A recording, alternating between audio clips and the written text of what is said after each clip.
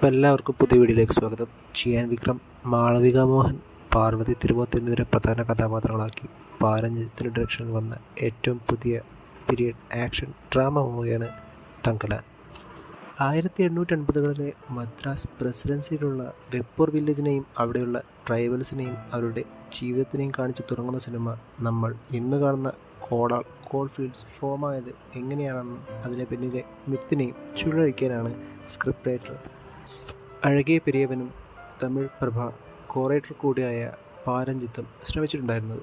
British അധീനതയിലുള്ള സമയത്ത് സ്വന്തം ഭൂമിയിൽ പണിയെടുത്തു പോരുന്ന തങ്കലാനെയും കുടുംബത്തെയും നാട്ടുകാരെയുമെല്ലാം അന്നത്തെ ജനറലായ ലോർഡ് ക്ലെമന്റ് ഒരു പാരലാൻഡ് മൈൻ ചെയ്യാൻ കൂട്ടിക്കൊണ്ടുപോകുന്നതും അതിനുശേഷം അവിടെ വെച്ച് സംഭവിക്കുന്ന കാര്യങ്ങളെയും വളരെയധികം എൻഗേജിംഗ് ആയി ചിത്രീകരിക്കാനാണ് ഡയറക്ടർ പാരഞ്ജിത്ത് സിനിമയിലുടനീളം ശ്രമിച്ചിട്ടുണ്ടായിരുന്നത്. ഒരു പരിധിവരെ ആ ശ്രമത്തിൽ ഡയറക്ടറും സ്ക്രീൻ പ്ലേ റൈറ്ററും വിജയിച്ചപ്പോൾ കൃത്യമായൊരു ഇമോഷണൽ കണക്ട് ഉണ്ടാക്കാൻ സാധിക്കാതെ പോയത് തന്നെയാണ് സിനിമയിൽ എനിക്ക് തോന്നിയിട്ടുണ്ടായിരുന്ന ഏറ്റവും വലിയൊരു പോരായ്മ. പെർഫോമൻസിലേക്ക് വരികയാണെങ്കിൽ തങ്കലാൻ്റെ ഭാര്യ ഗംഗമ്മയായി വന്ന പാർവതി വളരെയധികം ക്യാരക്ടറിനെ ഉൾക്കൊണ്ട് തന്നെ പെർഫോം ചെയ്തതുപോലെയും അത് എഫക്റ്റീവായി സ്ക്രീനിൽ പോർട്രേ ചെയ്ത പോലെയും എനിക്ക് അനുഭവപ്പെട്ടു. അതേപോലെ തന്നെ ആരതിയായി വേഷമിട്ട മാളവിക മോഹനൻ വളരെയധികം ഇൻറ്റിമിഡേറ്റിങ്ങും ഫിസിക്കലി ഡിമാൻഡിങ്ങുമായ റോളിനെ തൻ്റെ കരിയർ ബെസ്റ്റ് പെർഫോമൻസ് എന്ന രീതിയിൽ തന്നെ ചെയ്ത് വലിപ്പിച്ച പോലെ എനിക്ക് തോന്നി. ഇതിനു മുൻപും ഷേപ്പ് ഷിഫ്റ്റിങ്ങും പെർഫോമൻസ് ഓറിയൻറ്റഡും തന്നിലെ ആക്ടറിനെ പുഷ് ചെയ്യുവാനും ഉതകുന്ന റോളുകൾ ഗംഭീരമാക്കിയ വിക്രത്തിന് ആ ക്യാരക്ടേഴ്സിനൊപ്പം ചേർത്ത് വെക്കാൻ ഉതകുന്ന റോൾ തന്നെയായിരുന്നു തങ്കലാൻ എന്ന് സിനിമ കണ്ടു കഴിഞ്ഞപ്പോൾ എനിക്ക് തോന്നി.